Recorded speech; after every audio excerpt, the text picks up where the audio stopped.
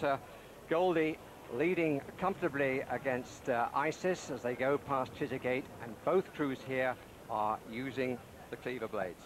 Chris Bellew. As I think this margin is just startling. The Goldie crew is giving away half a stone a man to an Isis crew that's got a lot of experience on board, and they're rowing quite beautifully. It's the rhythm which has seen them through, and it's the rhythm which both the Cambridge first crew and indeed the Goldie crew have worked on, and this could be a very important factor in the main race to come.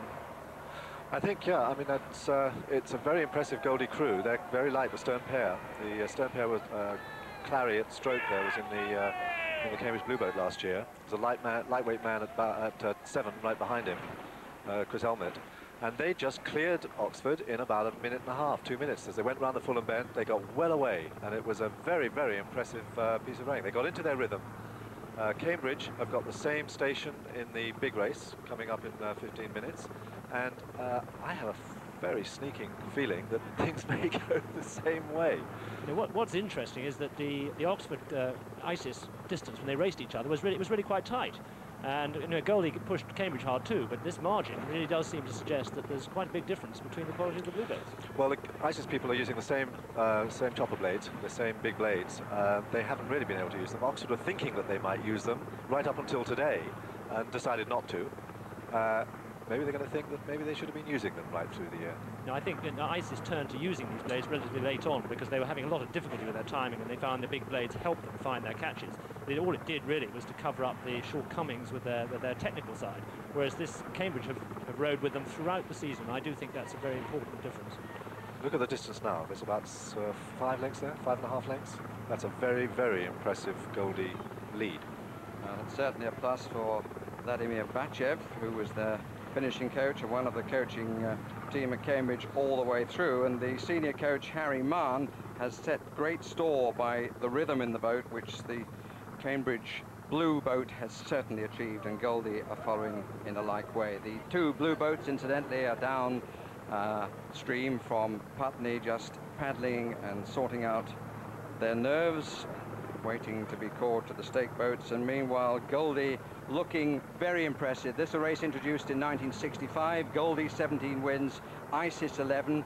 It's often thought to be the hors d'oeuvre for the main event, but there are a number of people, particularly in the Goldie boat, who had high hopes of being in the blue boat. Nick Clarry, the stroke, third-year economist, and he was one. Andrew Block was another, was very, very close to being there. Mark Thomson, who is rowing at 3, thought he would be in the blue boat. It's quality performance here by Goldie. I think I'd really like to pay a tribute to Nick Clarry because he's done really well. In his third year of rowing, he's had 2 blues. This year he missed out on the selection, and he's actually stroking this Goldie crew with great distinction. Many lesser men would have actually perhaps retired having not made the blue boat, so he's doing a great job here this afternoon. In the Isis boat, Andrew Gordon-Brown, I suppose, came nearest, the South African, to getting in the blue boat. 6 graduates in this crew. They're all undergraduates in the Goldie crew, whose margin is increasing and whose rhythm is impressive as they go past the bandstand in the foreground there. The bandstand just short of 3¼ miles of the 4¼ mile course. Conditions absolutely ideal, and they're going to shoot Barnes Railway Bridge the opposite way, of course, to the way that we're moving at the moment. They're going to shoot it with really a great deal of comfort in both style and distance. Dan. Oxford were thinking that these big blades would give them a lot of trouble over the second half of the course, and they are hoping in the race to come against Cambridge. They are hoping that Cambridge are going to suffer after 6 or 7 minutes with these big blades. I'm not so sure. Cambridge have been using them right the way through the year, and I think they may find themselves coming a little bit unstuck. Yes, I agree with that. I think that the Cambridge crew have really analysed how to get the best out of these blades. They place them in the water rather than hit the catch at the beginning of the stroke very hard. And you can see how they place them in very neatly, hardly a splash as they drop them into the water. That is really the difference between the way that Cambridge are rowing and Oxford are rowing, and it will be a very interesting stylistic difference in the main race. They're very effective. They're very effective, and you get a very, very good leverage with these big blades. People who are a little bit clumsy, and very often in student crews, you get people who are a bit clumsy in their movements. They haven't really got the same technique that you get when you become an international. It covers up those kind of mistakes, and it allows somebody a little bit clumsy but big and strong to be very effective. And here you see they just plop them in and they lean on it, and it's effective. Very nice crew.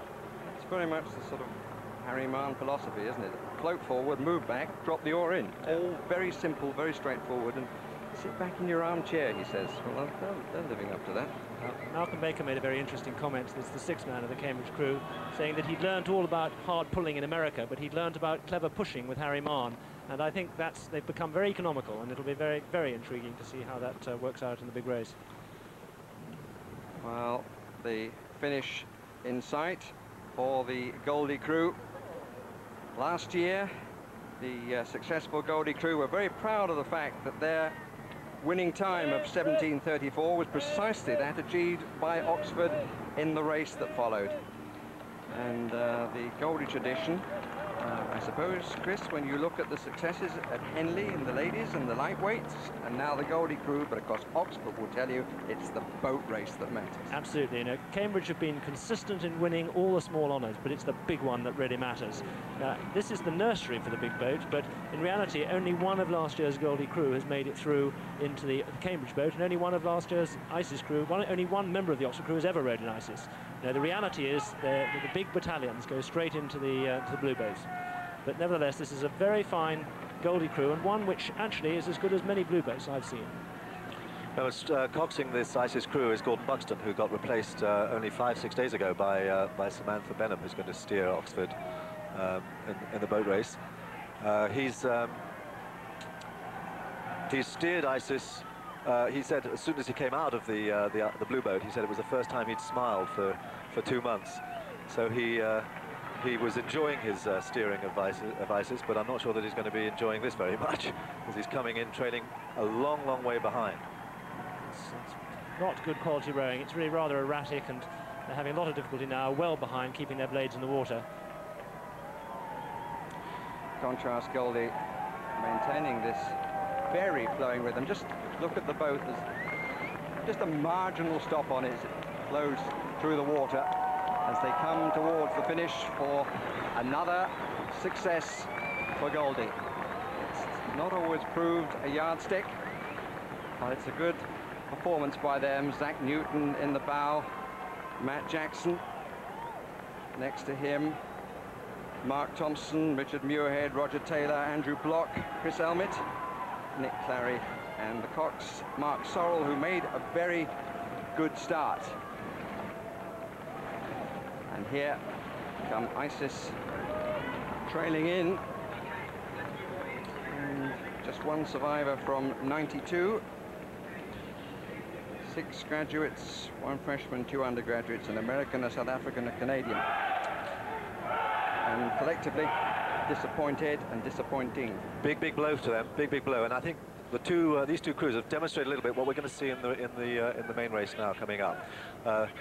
The Oxford boys, the Isis boys there, trying to force it, trying to push it, because they're very strong and powerful and not getting the run out of the boat.